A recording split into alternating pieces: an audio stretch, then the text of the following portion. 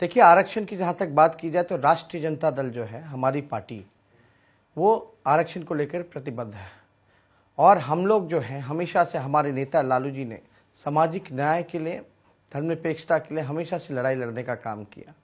जो सामाजिक न्याय, सोशल जस्टिस की अगर बात की जाए, हम लोगों का ये मानना है कि जो अंतिम पैदान पे जो खरा परिवार जो है, जो व्यक्ति जो है, वह मुख्य धारा में आए, उसको रिप्रेजेंटेशन मिले, उसको मान और सम्मान मिले।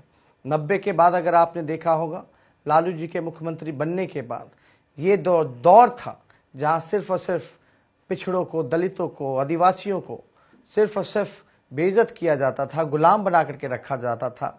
जो कहा जाता था कि सिर्फ गाय भैंस चराने का काम करो, तुमको शिक्षा का कोई अधिकार नहीं है, तुमको रोजगार, सरकारी नौकरियों में कोई अधिकार नहीं है। जहां पॉलिटिकली भी आप देखिएगा तो जहां पार्टिसिपेशन की बात आए तो वहां कहीं ना कहीं से नकार दिया जाता था। तो जो दौर जो आया है, आप देखिएगा जो मोदी जी का, आज के दौर में हमारा संविधान खतरे में है, हमारा आरक्षण जो है खतरे में है। पिछले चुनाव में मोहन भागवत ने यह कहा था कि आरक्षण को समीक्षा करके समाप्त कर देना चाहिए। लालू जी ने क्या कहा था आप लोगों को याद है। अगर मोहन भागवत जी के मूंछ में इतना दम है तो ये आरक्षण को छू करके दिखाओ, ये बात लालू जी ने उस समय कहा था। लेकिन आपको पता है, लालू जी को साजिश के चलते इसीलिए भेज दिया गया जेल, ताकि ये चाहते थे अपने एजेंडे में जो नागपुरिया कानून है उसमें कामयाब हो सके।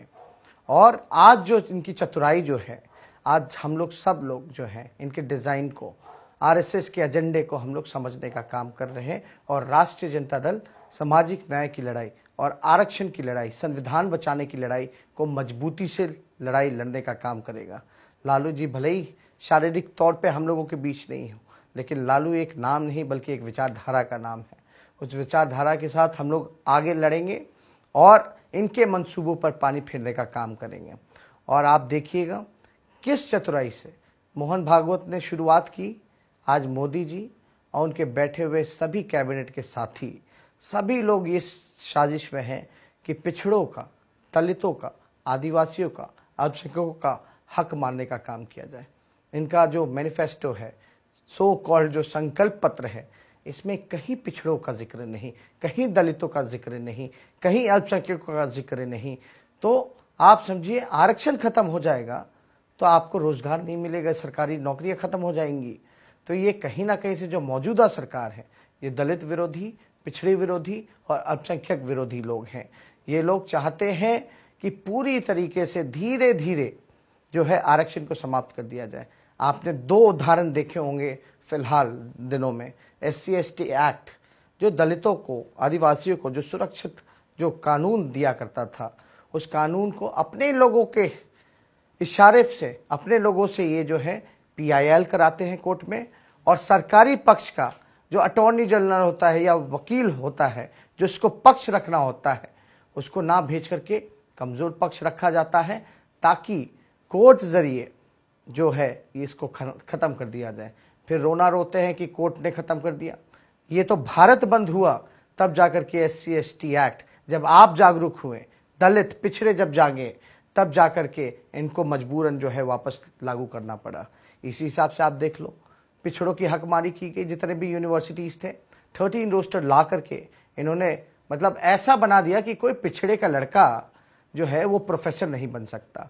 मतलब इनका कहने का मतलब, तुम जो हो गुलामी करो, तुम जाकर के गाय भैंस चढ़ाओ, बकरी चढ़ाओ, तुमको प्रोफेसर बनने का कोई अधिकार नहीं है। तो इस चीज को देकर के हम लोगों ने भारत बंद किया, हम लोग सड़कों पर आए, हम लोगों ने आंदोलन किया और मजबूरन जो है इस सरकार को जो है फैसला जो है वापस लेने का काम किया गया। जब SC/ST एक्ट खत्म किया जा रहा था तो रामविलास पासवान जी, चिराग पासवान जी AC के कमरे में सो रहे थे और हम और हमारे विधायक जो हैं रोडों पे संघर्ष कर रहे थे। आप देखिएगा कहीं ना कहीं से नीतीश कुमार जी की भी जो रोल रहा, जो सामाजिक न्याय धारा से बोलते हैं निकले हुए हैं, लेकिन कहीं ना कहीं से वो RSS की गोद में खेलने का काम करते हैं। आरक्षण रहे या खत्म हो जाए, उनको इसकी परवाह नहीं, उनको बस अपनी कुर्सी और लालच की परवाह है। इसलिए बीजेपी के साथ गए। और किसी व्यक्ति ने अगर RSS जो संविधान विरोधी है, जो आरक्षण विरोधी हैं, बीजेपी के लोगों को अगर जमीन देने का काम किया है बिहार की धरती पर, तो वो सिर्फ और सिर्फ नीतीश कुमार हैं। और चिराग पासवान तो ऐसे ऐसे बयान देते हैं, आरक्षण की बात करते हैं कि संपूर्ण दलित जो है उसको अपना जो है आरक्षण वापस कर देना चाहिए। अगर ऐसी बात है, चिराग पासवान जी अगर ऐसी बात करते हैं, तो वो खुद, उनके पिता, उनके चाचा रिजर्व सीट से क्यों चुनाव लड़ने का काम करते हैं? वो क्यों नहीं जनरल सीट से चुनाव लड़ने का काम करते हैं? तो इसका जवाब उन लोगों को देना पड़ेगा। और सोशल जस्टिस में जितने लोग विश्वास करने वाले लोग हैं, कहीं ना कहीं से इस बात को देखते हुए कि रामविलास जी, नीतीश कुमार जी बीजेपी के हाथों खेलने का काम कर रहे हैं और उनके मुद्दों पर वो चुप्पी साधे हुए हैं, बल्कि उनके हाथों को मजबूत कर रहे हैं, जो आरक्षण को खत्म कर रहे हैं, तो जनता इसका जवाब देगी। अगर आपने चैनल को सब्सक्राइब नहीं किया है तो प्लीज़ सब्सक्राइब कीजिए और ताज़ा अपडेट पाने के लिए बेल आइकन को दबाना ना भूलें।